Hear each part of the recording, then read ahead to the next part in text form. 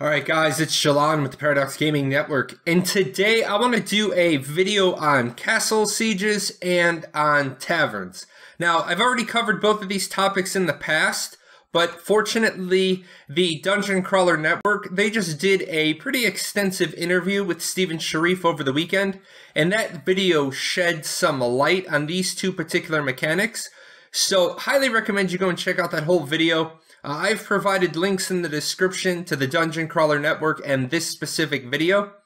If you are more a reader type person, the Ashes of Creation Wiki, they post transcripts of the live streams, so you can actually go and read all of this if you prefer to read rather than hear. Links all below. So the first thing I want to talk about is castles and castle sieges. Huge draw for the PvP crowd. PvP crowds love sieging. They love sieging castles. They love a siegeable mechanic. We've seen this in Arcade. We've seen it in Lineage 2, BDO, Revelation Online. This is really the crown jewel of sieging. Now, we've had a lot of information on castle sieges, and this past Sunday, Stephen revealed a little bit more information, cleared up some things. Now, we know that the siege on the castle itself occurs every 4th week. Now, in my previous video, I was incorrect. My understanding was when it said each town was vulnerable, or each node was vulnerable, I thought that that meant that there would be sieges at those nodes, because we already know we have node sieges.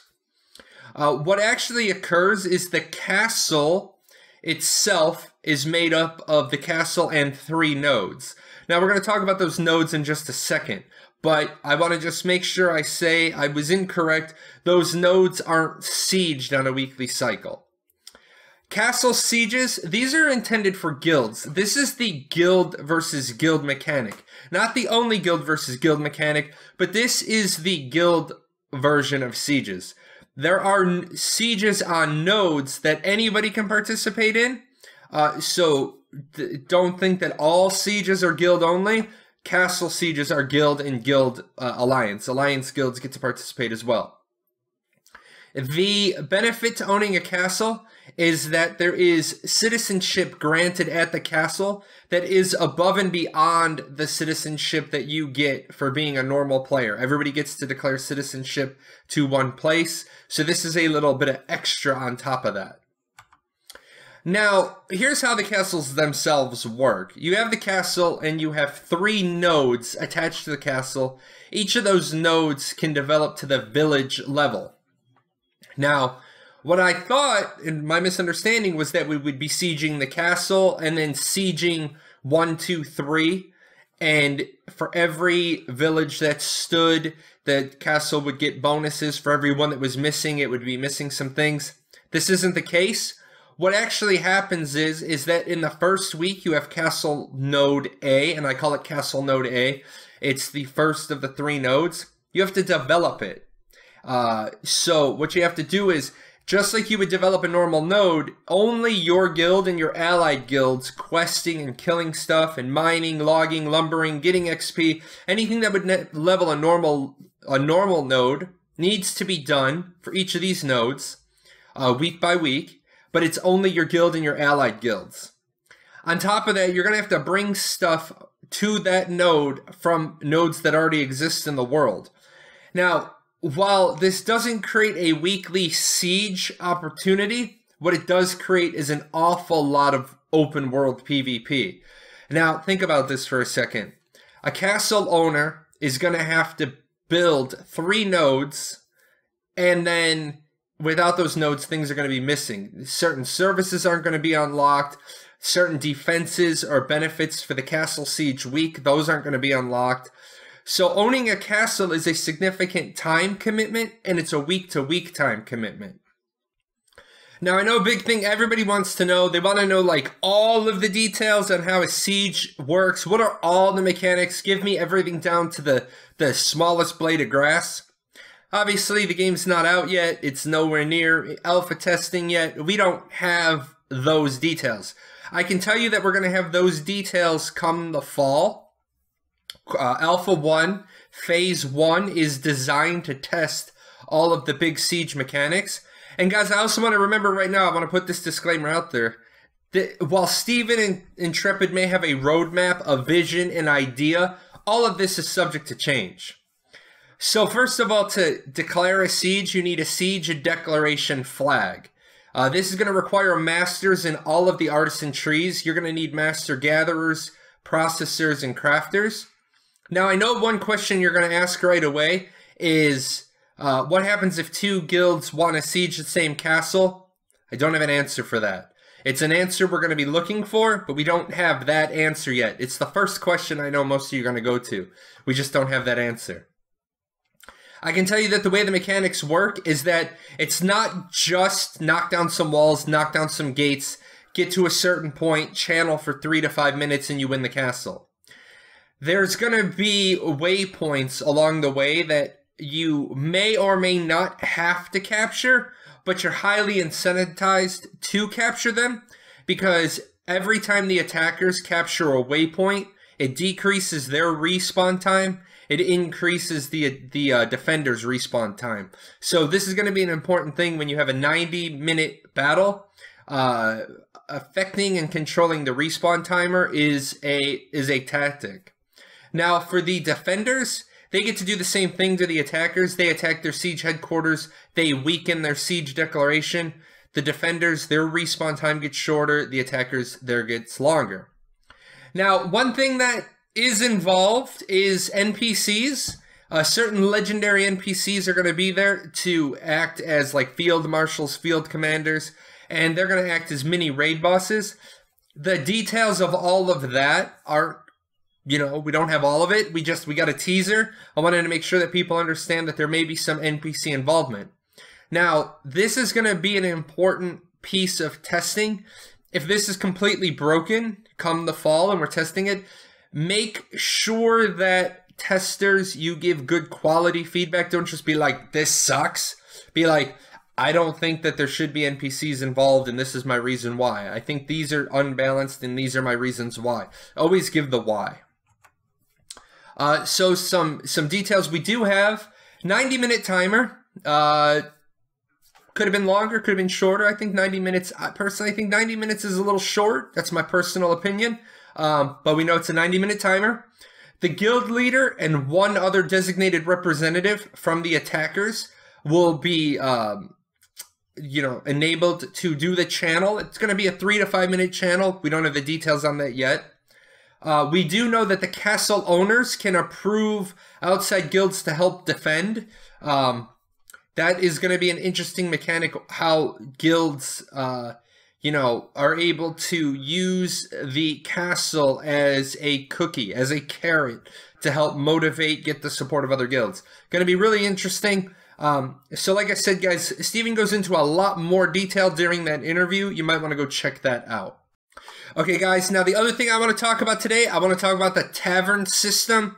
I am totally excited for this system because ever since I heard about it being like the de facto headquarters of an area for the questing hub, just like it is in like D&D or, Rifts, Shadowrun, where does the game master, the dungeon master always send you to get information? He always sends you to a bar or a club or a pub, or I think there's something, alcohol and questing just go together. So I know PvEers are really excited about these. I know our peers are totally in love with this idea. I think this is brilliant, and we have just a little bit more information. Now, I'm going to tell you before I flip the slide, I don't have a ton of new stuff. I got a little bit of stuff. Again, same thing. If you want to hear Steven talk about it, go to the podcast. So taverns can be in cities or on your freehold. I think that is really cool. You might just be wandering down a road and you might come across Jahlon's Inn and Tavern.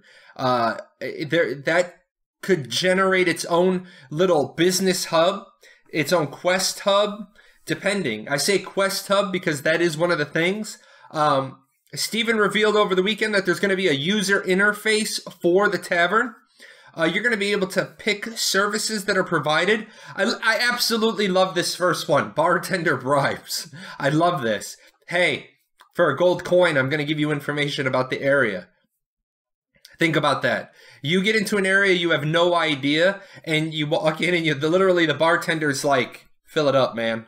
And I think that's awesome. I want to see more about this. Random quests. Stephen alluded to the fact that you may be able to offer quests. In a previous discussion, it talked about specific quests. Tavern owners would be able to put up quests that are, go gather things for the owner, go get me 50 deer meat, go get me 25 rabbit meat, because that goes into another part where taverns are going to serve food and drink. They talked about Parlor Games being available in taverns. We already know Parlor Games are coming. Steven's talked about them numerous occasions in detail. They were a Kickstarter reward. You're going to be, I think this is awesome. Absolutely the pinnacle to bringing back the role play part of MMORPGs. Tavern owners are going to be able to sell buff food. You come into the tavern, you pay X gold, X currency. You get a buff that lasts for a while after you leave. I didn't put it up on the screen. Taverns are one place that you can get rested XP. So that's important. And then taverns are going to have levels. And I think this is just absolutely amazing. The better you manage your business, the more things that are going to unlock. So what they said was at level 1, you might only have access to level 1 food. As you level the tavern, new stuff becomes available. And I like how he says it, new stuff becomes available. It's like, you just teased. Now, I have 50 more questions.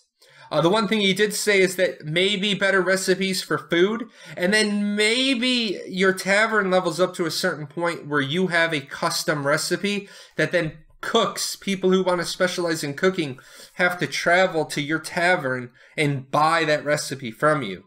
That's absolutely positively amazing in my opinion.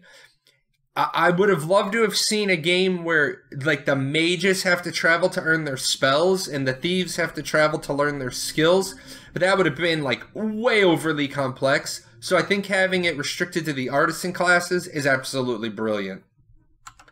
I pulled a quote out of that podcast where Steven says, "Meaningful existence in the world and rewards them for their persistence, dedication, and survivability."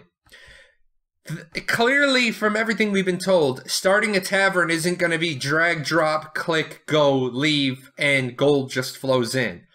I don't think an absentee tavern owner is going to be as successful as someone who makes that the focus, maybe not the primary focus, but definitely in the top 3 focuses of their gaming. I think those tavern owners are going to be the ones that excel. And that's it, guys. That's all I got for today. I know that people are like, but Jahlon, you usually bring us more. I wanted to do these 2 videos because some of my previous videos have some factual errors. I'm not going to call them mistakes because at the time they were the considered presumption of what we knew. It was like the 5 + 5 = 10, the natural conclusion. Well, now we realize that it's a completely different equation, and I absolutely love that. It's we get a little bit of information from Steven. We do a lot of theory crafting. We do a lot of speculation. We develop a lot of questions, and then when he feels like it, he answers them. It's absolutely mind-boggling. Here's all the ways to get in touch with me, guys. I will invite you back to Paradoxical Impressions on Wednesdays and Fridays. I don't have a game right now to be streaming, so I'm just going to be streaming whatever, but I want to talk about a lot of different games. If you want to talk about Ashes, swing on by. Let's talk about Ashes. As always, I'd be remiss if I didn't say thank you to all of my sponsors. They're all up on there on the screen. These guys make a lot of things possible for me. They let me do a lot of giveaways in a lot of different games. I didn't put up my full transparency this week. I want to remind you guys that my sponsors, any money I get from my sponsors won't go into Ashes. All of my intrepid bucks, all of my referrals will go right back to my community. Still working on how I'm going to do that, legalities and all that, but I'm going to figure out a way to reinvest my intrepid bucks. Anybody that signs up through my referral, the money I get from those, that's going to come right back to my community. And that's it, guys. Just a real quick video. Wanted to get it out to you, so I will see you next time. Hey! Where are you going? You're not done yet. See these videos? There's videos up here to watch. You gotta go over here. Hit the chibi. Subscribe to the channel. Check out the webpage. And I'll see you guys on Twitch.